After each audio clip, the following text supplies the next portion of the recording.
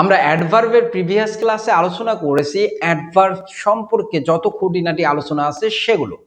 আজকে আলোচনা করব অ্যাডভার্ব থেকে এডমিশন টেস্ট এবং বিভিন্ন চাকরি পরীক্ষায় যে ইম্পর্টেন্ট কোশ্চেনগুলো এসেছিল সেগুলো সম্পর্কে।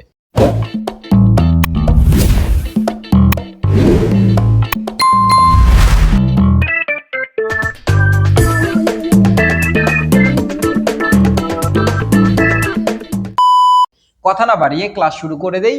প্রথমে মেডিকেল এডমিশনের কোশ্চেন দিয়ে শুরু করা যাক। বলছে the teacher has repeated herself twice. বলছে এখানে টয়েসটা কোন পার্টস অফ স্পিচ? বলছে শিক্ষক রিপিট করেছে, পুনরাবৃত্তি করেছে কতবার? টয়েস, দুইবার। তাহলে ভার্বকে মডিফাই করার কারণে এটা অ্যাডভার্ব হয়ে গেছে।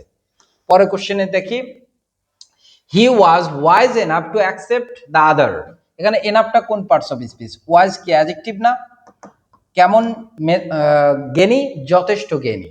তাহলে এই যে অ্যাডজেক্টিভকে মডিফাই যে ওয়ার্ডটা করে সেটা অ্যাডজেক্টিভ, সেটা কি অ্যাডজেক্টিভ না, সেটা হবে অ্যাডভার্ব। তাহলে আমরা বলতেছি ওয়াইজ হচ্ছে অ্যাডজেক্টিভ, এই অ্যাডজেক্টিভকে যে ওয়ার্ড মডিফাই করে সেটা কি অ্যাডভার্ব। দ্যাটস ওয়াই আনসার হবে কি অ্যাডভার্ব। পরের কোশ্চেনে যাই, which of the following word is verb plus adverb. বলছে নিচের কোন ওয়ার্ডটার মধ্যে প্রথমে ভার্ব পাবো তারপরে অ্যাডভার্ব পাবো, এই দুটা মিলে একটা ওয়ার্ড হইছে। তাহলে ভার্ব আছে, হেয়ার ভার্ব কিন্তু সেও ভার্ব। নো ভার্ব কিন্তু হাউ, হোয়েন, হোয়ার এগুলো জানি আমরা অ্যাডভার্ব। তাহলে আনসার হবে এটা, কারণ মেক হচ্ছে ভার্ব, এটা প্রিপজিশন, এটা হোল্ড হচ্ছে ভার্ব, অলটা প্রোনাউন, তাই কি না? তাহলে আনসার কোনটা হবে? এটা। আমরা 5 নম্বর কোশ্চেনটা দেখি। বলছে which of the following sentence use the word down as adverb. নিচের কোন সেন্টেন্সটা ডাউনটাকে অ্যাডভার্ব হিসেবে ব্যবহার করছে? বলছে ট্রাই টু ডাউন হিম, তাকে ফালানোর চেষ্টা করো। Down went the Royal George. The down train, এই যে ট্রেন হচ্ছে নাউন, নাউনের পূর্বে আসার কারণে এটা কি হয়ে গেছে বলো? অবশ্যই অ্যাডজেক্টিভ হয়ে গেছে। She came down the hill, এইখানে প্রিপোজিশন হিসেবে আছে, কারণ শি কেম ডাউন এই হিল থেকে আসছে। Try to down him, to এর পর ভার্বের কোন ফর্ম? Base form. এই যে ওয়েন, বলছে down went the Royal George, এখানে এটা অ্যাডভার্ব হিসেবে আছে। বুঝতে পারছি? পরে কোশ্চেনে আসি। নেক্সট কোশ্চেন কি বলতেছে দেখো।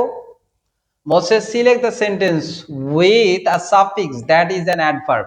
একটা সেন্টেন্স সিলেক্ট করো যেখানে ওয়ার্ডের শেষে অর্থাৎ সেন্টেন্সের শেষে অ্যাডভার্ব রয়েছে। তাহলে আমরা দেখতেছি 3 নম্বর কোশ্চেনটা একটু দেখি। He spoke, verb English, object কথা বলে কেমনে? ফ্লুয়েন্টলি। এটা অবশ্যই ভার্বকে মডিফাই করছে, সেন্টেন্সের শেষে অ্যাডভার্ব রয়েছে। এটাই আমাদের বলছে যে কোন সেন্টেন্সের শেষে সাফিক্স হিসেবে অ্যাডভার্ব রয়েছে। পরে কোশ্চেন দেখো, এগুলো ডেন্টালের কোশ্চেন। Come up please.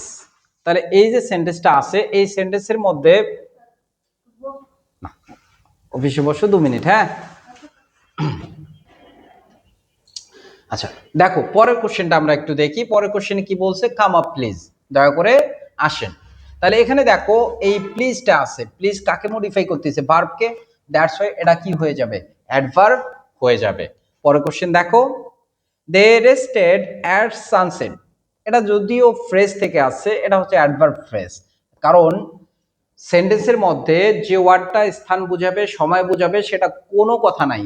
একটা ওয়ার্ড হলে অ্যাডভার্ব হবে, যদি শব্দগুচ্ছ হয় তাহলে ফ্রেজ হবে, আর যদি বাক্যাংশ হয় তাহলে ক্লোজ হবে। কোন close? Adverbial close, adverbial phrase অথবা অ্যাডভার্ব। তার মানে একটা ওয়ার্ড অ্যাডভার্ব, একাধিক word phrase, adverbial phrase.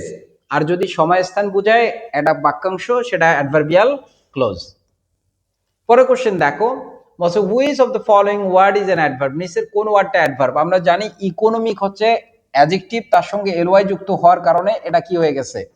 Adverb হয়ে গেছে। কারণ আমরা জানি অ্যাডজেক্টিভের সঙ্গে যখন এলওয়াই যুক্ত হয় সেটা কি হয়ে যায়? অ্যাডভার্ব হয়ে যায়। আমরা বিসিএস এর কয়েকটা কোশ্চেন দেখি। বলছে দ্য সান ওয়েন ডাউন, বলছে সূর্য ডুবে গেল। এই ভার্বকে মডিফাই করার কারণে ডাউনটা এখানে অ্যাডভার্ব। পরের কোশ্চেনে দেখি, বলছে দ্য মাদার স্যাড, মা বসেছিল। কিভাবে বসেছিল? ভিজিল্যান্টলি, সতর্কভাবে।